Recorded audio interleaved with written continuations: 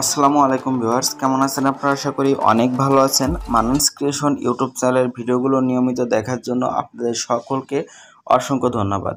তো ভিউয়ার্স, আজকের এই ভিডিওতে আমি আপনাদের সাথে ঈদ উল ফিতরের একটা শুভেচ্ছা পোস্টারের প্রজেক্ট ফাইল বা পিএলপি ফাইল শেয়ার করব।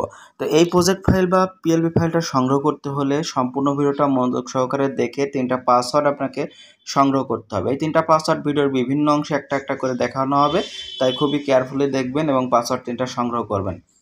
তারপর ভিডিও ডেসক্রিপশন বক্সে চলে যাবেন, সেখানে পিএলপি ফাইল বলে একটা লিঙ্ক পাবেন। ওই লিঙ্কে ক্লিক করে পাসওয়ার্ড দিয়ে ফাইলটা ডাউনলোড করবেন। ডাউনলোড করার পর ফাইলটা কাস্টমাইজ করার জন্য এই যে পিক্সেলল্যাব অ্যাপ দেখতে পাচ্ছেন, এটা প্রয়োজন হবে। এটা প্লে স্টোর থেকে নেওয়া যায়, তবে প্লে স্টোর থেকে আপনাদের না নেওয়ার জন্য রিকমেন্ড করব। আমার ভিডিও ডেসক্রিপশন বক্সে পিক্সেলল্যাব অ্যাপসের ওল্ড ভার্সন আছে, এটা ইনস্টল করবেন। তাহলে আপনার পিএলপি ফাইল শো হওয়া বা না হওয়া এরকম সমস্যায় পড়তে হবে না।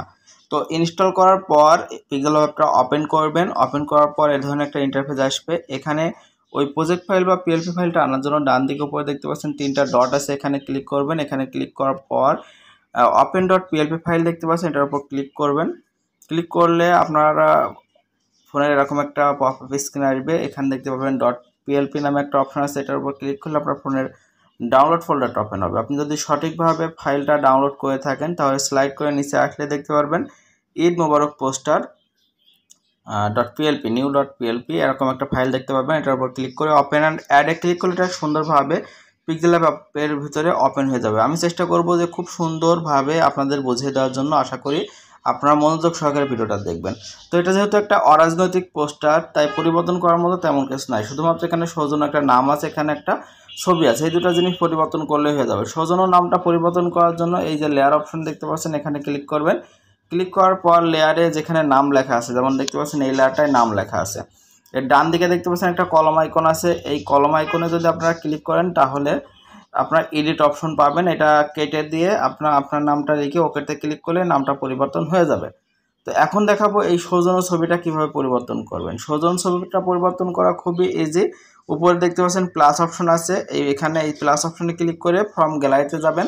যাওয়ার পরে ওই ছবিটার স্থানে আপনি যেই ছবি দিতে চান সেই ছবির ব্যাকগ্রাউন্ড রিমুভ করে আনতে হবে।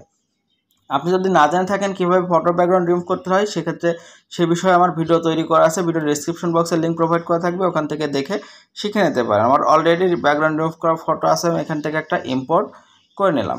এখন নিজের ছবিটা ডিলিট করার জন্য লেয়ার অপশনে চলে যাবেন। এই যে লেয়ার অপশনে যাবেন, লেয়ার অপশনে যাওয়ার পরে মাঝে আর নিচের ছবিটা যেখানে আছে দেখতে পাচ্ছেন, এই যে নিচের ছবি, এই ছবির ডান দিকে দেখতে পাচ্ছেন ডিলিট অপশন আছে। এই ডিলিট অপশনে ক্লিক করবেন, তাহলে নিচের ছবিটা ডিলিট হয়ে নতুন ছবিটা অ্যাড হয়ে গেল। খুব ইজি একটা বিষয়। তো আশা করি সবাই পারবেন। না পারলে আমার হোয়াটসঅ্যাপ গ্রুপের লিঙ্ক ভিডিও ডেসক্রিপশন বক্সে দেওয়া থাকবে, ওখানে আপনারা কন্ট্যাক্ট করতে পারেন, সমস্যার সমাধান দেওয়া হবে। তো এরপরে এটা সেভ করার জন্য উপরে দেখতে পাচ্ছেন সেভ অপশন আছে, এই যে এখানে সেভ অপশন দেখতে পাচ্ছেন, এখানে ক্লিক করবেন। এরপর সেভ অ্যাজ ইমেজে যাবেন। যাওয়ার পর ডেমিনেশনটা কাস্টম থেকে আল্ট্রা করে দিয়ে সেভ টু গ্যালারিতে ক্লিক করলে এটা জেপিজি আকারে আপনার ফোনের গ্যালারির মধ্যে সেভ হয়ে যাবে। তারপর এটা সোশ্যাল মিডিয়া সহ বিভিন্ন জায়গায় এটা শুভেচ্ছা পোস্টার হিসেবে শেয়ার করতে পারবেন। তো আশা করি বুঝতে পারছেন কীভাবে আমার পিএলপি ফাইলটা সংগ্রহ করে কীভাবে একটা ঈদ উল ফিতরের শুভেচ্ছা পোস্টার তৈরি করবেন। বুঝতে পারলে অবশ্যই ভিডিওটা লাইক করবেন, কমেন্ট করবেন, বন্ধুদের সাথে শেয়ার করবেন। আর আমার চ্যানেলটা যদি একটু উপকার আপনার এসে থাকে তাহলে চ্যানেলটা সাবস্ক্রাইব করবেন। তো ভালো থাকবেন, সুস্থ থাকবেন, ধন্যবাদ সকলকে।